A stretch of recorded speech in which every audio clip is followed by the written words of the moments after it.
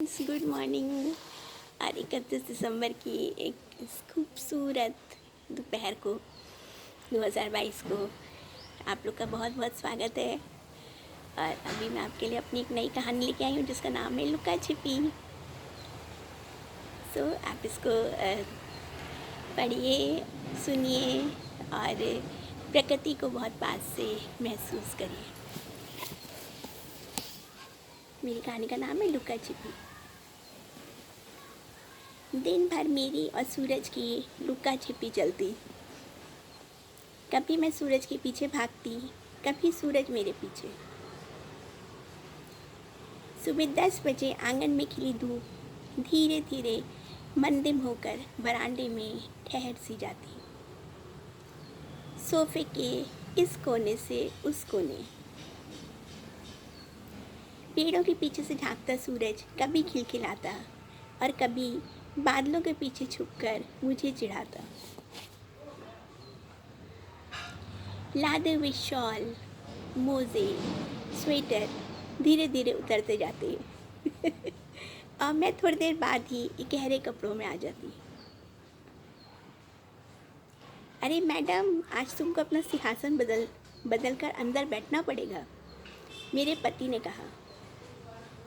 क्यों? बंदरों की पूरी फौज आ रही है। अच्छा, कहाँ है? मैंने पूछा। अभी तो सब सड़क पर बैठे हैं। और मैं आंगन से ग्रिल लगे बरामदे के सोफे पर आ गई थी। आंगन में खिली धूप मुझे ललचा रही थी, लेकिन मुझे अपनी कॉपी किताबें उठाकर अंदर बरामदे की हल्की धूप में ही अपना आसन जमाना पड़ा। और तभी ठाई ठाई की आवाज़ों के साथ ढेर सारे बंदर उछलते हुए घर के गार्डन में आ गए थे। ना जाने कौन निर्मोही उन पर छर्रे वाली बंदूक चला रहा था। आखिर ये जीव कहाँ जाए?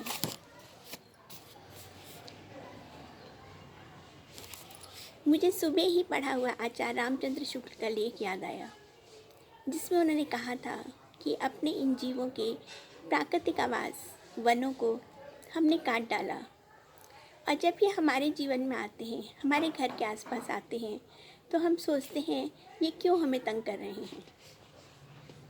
ओह, मैं कहाँ से कहाँ पहुँच गई।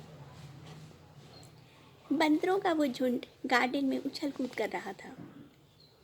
टेलीफोन के तार पर उनकी नौनिहाल ऐसे झूलते जैसे कोई बहुत ही मज़ेदार स्लाइड शो हो या झूला हो। एक नटखट अपने दोनों पैर साथ कर तार पर बैठा था और जैसे मुझे चिढ़ा कर गुलाबी फूलों वाले पेड़ की पत्तियों को खा रहा था, बारीक बारीक इमली जैसी पत्तियाँ। पता नहीं उन पत्तियों में क्या पौष्टिकता होती है, बंदर उन्हें खींच खींच कर खा जाते थे। वैसे काले मुंह के बंदर, जिन्हें हम आम भाषा में लंगूर भी कहते हैं, मनुष्य को कोई नुकसान नहीं पहुंचाते। अपनी लंबी लंबी दुमों को लटकाए वे पूरे काले जीव कभी गेट, कभी बाउंड्री वॉल, कभी पेड़ों की शाखाओं पर कूदते झूलते रहते। केवल दिक्कत तब होती जब किसी दिन ज़्यादा जोश में आकर वो गमले इधर उधर पटक देते, फूलों को नोच लेते और पौधों को घसीट घसीट कर गिरा देते। तब हम लोग कुछ परेशान होकर हंसते। ओह, लगता है आज ये पी कर आए हैं। फिर भी मुझे बंदरों का आना अच्छा लगता। कम से कम उनके आने से इस सूने से घर में चहल पहल तो हो जाती। जब बच्चे छोटे थे और डरते थे, तब मेरे फादर इन लॉ, बच्चों के दादाजी, अपनी छड़ी लेकर बाहर निकलते थे। उनके लंबे चौड़े व्यक्तित्व और तेज़ आवाज़ को सुनकर छड़ी की ठक-ठक के साथ ही बंदर भाग जाते थे। ओह, मैं फिर पुरानी बातों में खो गई। हाँ, तो आज बाकी बंदर बड़ी शांति से हमारी कॉमन बाउंड्री वॉल पर और मेरी पड़ोसन के घर के छज्जों पर बैठे थे। जाड़े के उस सर्द दिन में वो भी धूप का मज़ा ले रहे थे। उनमें से एक बंदर छज्जे पे चुपचाप लेट गया था। ओह, या तो वो बीमार है या गोलियों की आवाज़ सुन के डर गया है। मैंने उसे प्यार से पुचकारा और उसने धीरे से गर्दन उठाकर देखा और फिर लेट गया। शायद उसे फीवर था। बंदरों को शांत बैठा देखकर मैं भी अपने लिखने पढ़ने में खो गई। और तभी ची ची ची ची की नवीन तीखी सी आवाज़ से मेरा ध्यान टूटा। एक छोटा सा काला सा नन्हा सा बंदर का बच्चा एक बड़े बंदरिया के पैरों के बीच में ज़ोर ज़ोर से चिचिया रहा था। उसका ज़ोर ज़ोर से चिचियाना रुक ही नहीं रहा था। तब एक दूसरी बड़ी बंदरिया ने उसे गोद में लिया और अपने सीने में दबा लिया। शायद स्तनों से झड़ती निर्झरी और शरीर की गर्मी के कारण ही वो शांत हो गया था। बीच बीच में उसके चिचियाने की आवाज़ फिर से आती। अरे तो क्या ये बच्चा अभी अभी हुआ है? छज्जे पर चुपचाप बेदम से लेटी उसकी माँ क्या सदा प्रसूता है? इतनी शांति से उसने कब बच्चे को जन्म दे दिया? ना कोई तड़पना, ना कराहट। तभी मुझे थोड़ी देर पहले सुनी कुछ अजीब अजीब सी वाह वाह वाह वाह की आवाज़ें ध्यान आई। क्या ये उसकी प्रसव पीड़ा की कराहट थी?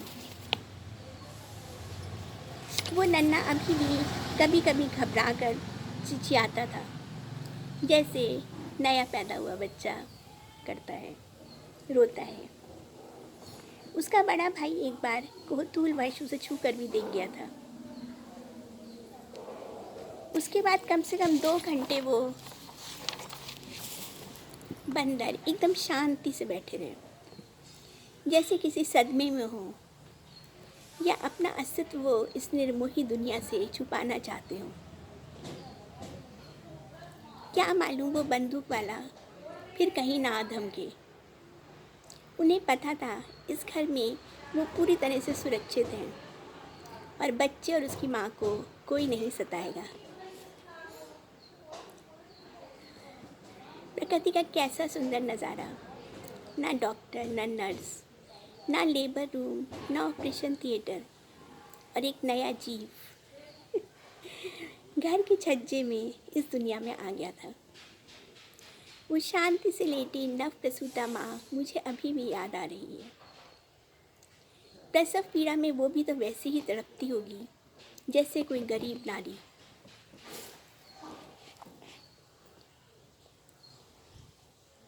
लेकिन उसके समूह का प्रेम, उसकी सुरक्षा, उनका साथ और नानी दादी के समान उस बच्चे को संभालता ममता भरा परिवार उसके साथ था।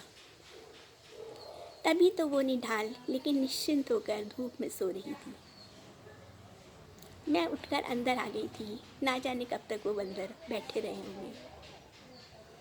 पूरी रात मेरी आंखों के आगे वो नन्हा बच्चा और उसकी बेदम होती माँ घूमती रही। मैं सौभाग्यशालिनी हूँ कि आज न्यू ईयर के जस्ट पहले एक नन्हे से बच्चे ने मेरे घर के आंगन में जन्म लिया था। धन्यवाद।